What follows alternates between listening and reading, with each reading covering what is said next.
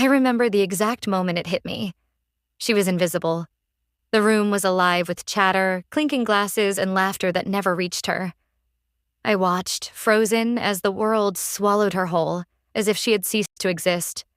Plates clattered on the table, voices erupted with jokes and stories, but none of it was for her. Her presence was a shadow in a room that refused to see shadows. Her smile wavered at first, hesitant, fragile, then slowly, painfully, it faded. Every small gesture, pouring herself water, adjusting her napkin, was brushed aside, ignored like she had no claim to the air she breathed. I felt my stomach twist as I caught cousins whispering behind their hands, pretending not to notice her. Their laughter didn't conceal cruelty. It magnified it. Then Uncle spoke, and the words cut deeper than any blade. "You don't even need to be here." The casual coldness in his voice made the room feel smaller, tighter, suffocating. She opened her mouth, tried to speak, but the words choked on her throat, strangled by the weight of mockery and disregard.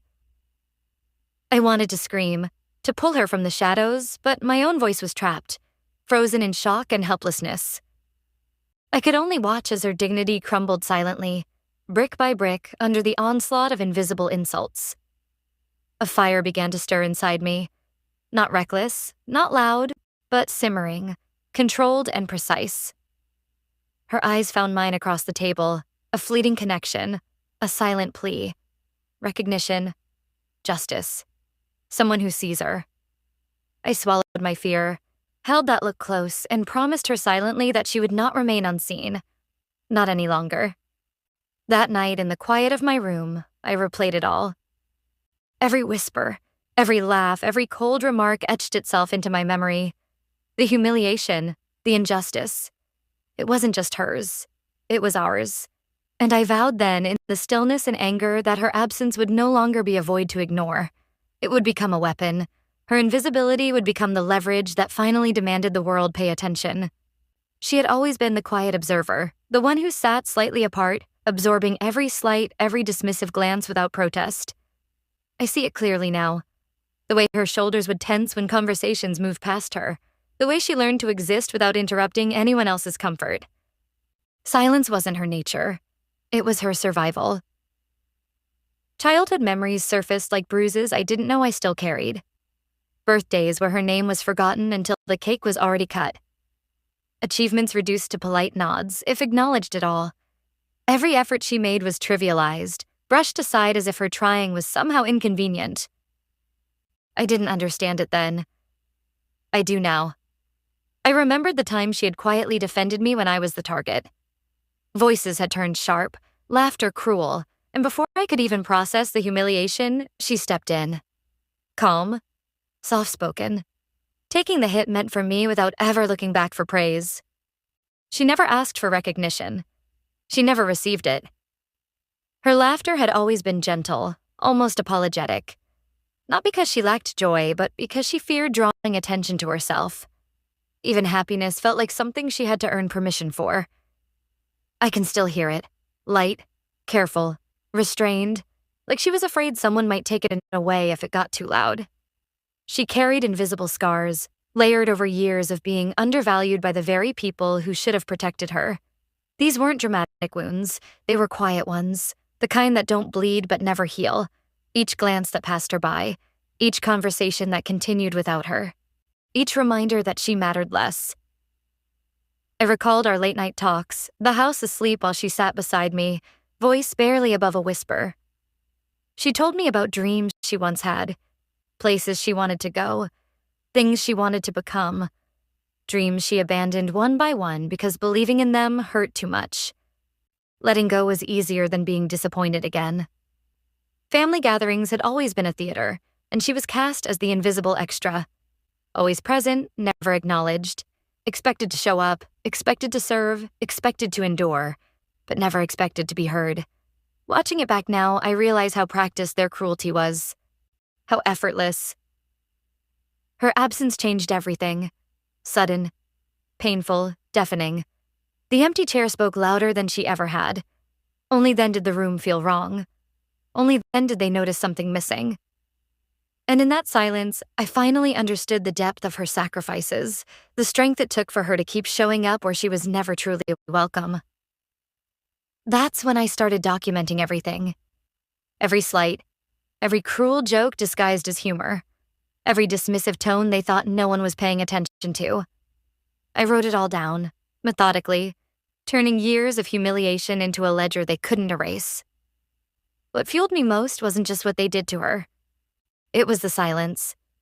The betrayal of everyone who saw it and chose comfort over courage. The ones who should have spoken up and didn't. Their quiet complicity hardened something inside me. And that's when it became clear. The wound wasn't new. It had been nurtured over time, ignored when it hurt, and weaponized against her until invisibility became her punishment. They didn't just overlook her, they trained her to disappear. And I knew then with terrifying certainty that I would not let that be the ending. I started small. Nothing dramatic, nothing loud. Just subtle challenges at family gatherings, gentle interruptions when they dismissed her name, quiet corrections when they rewrote history as if she had never mattered. I watched closely, testing the waters, measuring how far I could go without alerting them to what was coming. Every correction landed heavier than I expected. I saw it in their stiff smiles, the way conversation stalled for half a second too long. Discomfort flickered across their faces, but they brushed it off quickly, still convinced her absence meant weakness. They underestimated it. They underestimated me. Outside the family, I started listening more than speaking. That's when I found them. Unexpected allies. Neighbors who had noticed how she was treated. Old friends who remembered how she was always talked over. Colleagues who had seen her competence quietly exploited. Each conversation added weight to the truth I already knew. She hadn't imagined it. None of us had. I began collecting everything. Conversations recorded, private messages saved, screenshots archived with dates and names. Layer by layer, the pattern emerged, too consistent to deny, too clear to dismiss. This wasn't misunderstanding. It was systematic erasure. Her absence grew louder with every gathering. The empty seat, the missing voice, the uncomfortable pauses when someone almost called her name and stopped themselves. It was a silent scream in the room, impossible to ignore for anyone willing to pay attention. I didn't confront them yet. I didn't accuse. I planted doubt instead. Casual questions, innocent reminders. Didn't she handle that? Wasn't she the one who helped with this? I watched their superiority complex fracture slowly, hairline cracks forming beneath forced confidence. Zira, then came the holiday brunch. Public, polished, perfect on the surface. Someone laughed about how things felt lighter lately, and before I could stop myself, I said calmly, "Funny how cruelty feels lighter when the target isn't here anymore." The table went still. Forks froze midair. Eyes snapped toward me. The room shifted. I studied every reaction. The twitch of an eyebrow, the tightening of a jaw, the way one cousin suddenly focused very hard on their plate. Guilt doesn't shout. It leaks. And I saw it everywhere. The tension turned suffocating after that. They didn't know how to respond, couldn't defend themselves without exposing too much, couldn't attack me without looking exactly like what they were. The narrative was slipping from their hands, and panic followed close behind. I trained myself to stay calm. No raised voice, no accusations, just patience. I let their arrogance do the work for me. Every dismissive comment sounded uglier now. Every joke landed wrong. Every attempt to regain control only exposed how fragile it had always been. They kept making mistakes. Small ones, careless ones. And each misstep fed the strategy. Their confidence, once untouchable, began collapsing inward. They thought her absence erased the problem. Instead, it magnified everything they had tried to hide. The phone rang late that evening, sharp and unexpected, cutting through the quiet of my apartment. On the other end was a family friend I hadn't spoken to in years, someone I barely remembered, but their voice carried weight. They spoke slowly, deliberately, revealing layers of manipulation I had only suspected, betrayals that stretched back decades. Every word they spoke painted a picture I hadn't dared to fully imagine. They had conspired consciously and cruelly to diminish her presence, to make her invisible, all for status, control, the illusion of superiority. It wasn't just neglect. It was strategy. It was deliberate. I felt a wave of realization crash over me. Every slight I had cataloged, every joke, every dismissive glance, every erasure of her contributions, it had been orchestrated. Their cruelty was calculated, precise, designed to make her question her own worth. Anger surged, but it was focused, refined. Not blind rage, clarity. I could see the path forward. A map of justice formed in my mind, a strategy that demanded precision and intelligence, not impulsive revenge. I arranged a private meeting with a legal consultant the next day, determined to understand every option for restitution. I needed to know how to give her justice in ways they couldn't undo. Legal, financial, emotional. Every avenue had to be prepared. And then it hit me. Visibility was everything.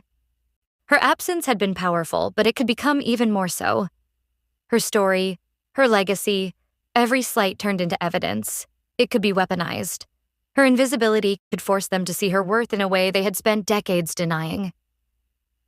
I dug deeper and uncovered financial irregularities and emotional exploitation I hadn't anticipated. Each discovery added weight, gave substance to the confrontation that was coming.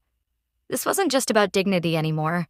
It was about undeniable proof, about accountability. I began rehearsing the narrative in my mind, imagining every word, every pause, every glance. The story had to strike with cinematic impact, to expose the truth in a way that would leave them no room to deflect. Allies confirmed their willingness to testify, backing every claim with first-hand accounts. I felt a surge of confidence, knowing I would not be alone in this reckoning. That night, I sat across from her empty chair. The silence of that space hit me harder than any insult ever had.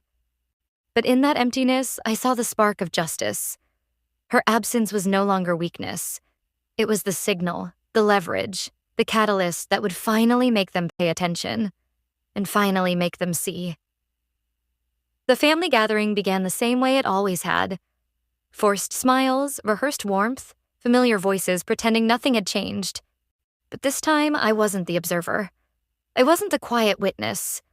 I walked in calm, grounded, carrying a certainty they didn't recognize yet. I held the power now, and they could feel it before they understood it. They tried their old habits first. A dismissive wave of the hand. A joke meant to redirect attention. A look that said, "Move on." And every time they did, I met it with something they weren't prepared for. Truth. Clear, specific, undeniable. I didn't raise my voice. I reached into my bag and laid everything out. Messages printed cleanly, recordings cued and played, witness statements read aloud one by one. Every slight they thought was forgotten. Every moment they believed had dissolved into memory. Nothing was vague. Nothing was emotional guesswork. It was all there. The room fell silent in a way I had never experienced. Not awkward silence. Heavy silence. Her absence filled the space, pressing down on them until no one could look away. The empty chair at the table felt louder than any accusation I could have made. Their arrogance unraveled publicly, not through shouting, but through exposure. Each truth landed cleanly, surgically. No rage, no theatrics, just precision. Watching their confidence fracture was almost painful, but justice rarely feels gentle to those who deserve it. Then I revealed what they hadn't anticipated. Financial consequences, legal actions already in motion, documentation that showed patterns of exploitation they could no longer deny. The pillars they stood on, control, reputation, superiority, shook visibly. They tried to deflect. They always did. That's not what we meant. You're exaggerating. You're misunderstanding. But this time, they didn't get to finish their sentences. Allies spoke up. Witnesses corrected them. Every lie was met with clarity so sharp it left no room to escape. I spoke then, not angrily, not emotionally, but truthfully. I narrated the cost of years spent unseen, the exhaustion, the shrinking of a woman who learned to make herself smaller to survive. Her pain echoed in the room they once dominated, and for the first time, They had to sit inside it. Their gaslighting collapsed under the weight of evidence and voices they couldn't silence. The balance of power shifted, not gradually, but completely. They weren't in control anymore. They were exposed. I ended it quietly, almost serenely. I told them she had always been seen. By me. That she had always mattered. And now, whether they liked it or not, they would never again be able to ignore her absence. Or her worth. Silence hung in the room long after the confrontation ended, heavy and unrelenting. Every chair, every table, seemed to echo the weight of truth that had finally been spoken. I could feel it pressing down on everyone there, a gravity they hadn't anticipated. Family members avoided my gaze. Some were flushed with shame, their arrogance finally stripped bare. Others scanned the room, calculating damage control, wondering how to contain what had already escaped their grasp. There was no comfort to be found, no easy recovery. And then she returned. Quietly, deliberately, her presence filling the spaces they had tried to erase her from. I had never seen her like this. Her shoulders back, her eyes steady, her dignity restored in a way that demanded acknowledgement. She didn't need me to defend her now. She stood as her own testimony. I guided her gently, helping her reclaim spaces that had been denied for years. Conversations she had once been cut out of, recognition she had been denied, even subtle leadership roles in family decisions.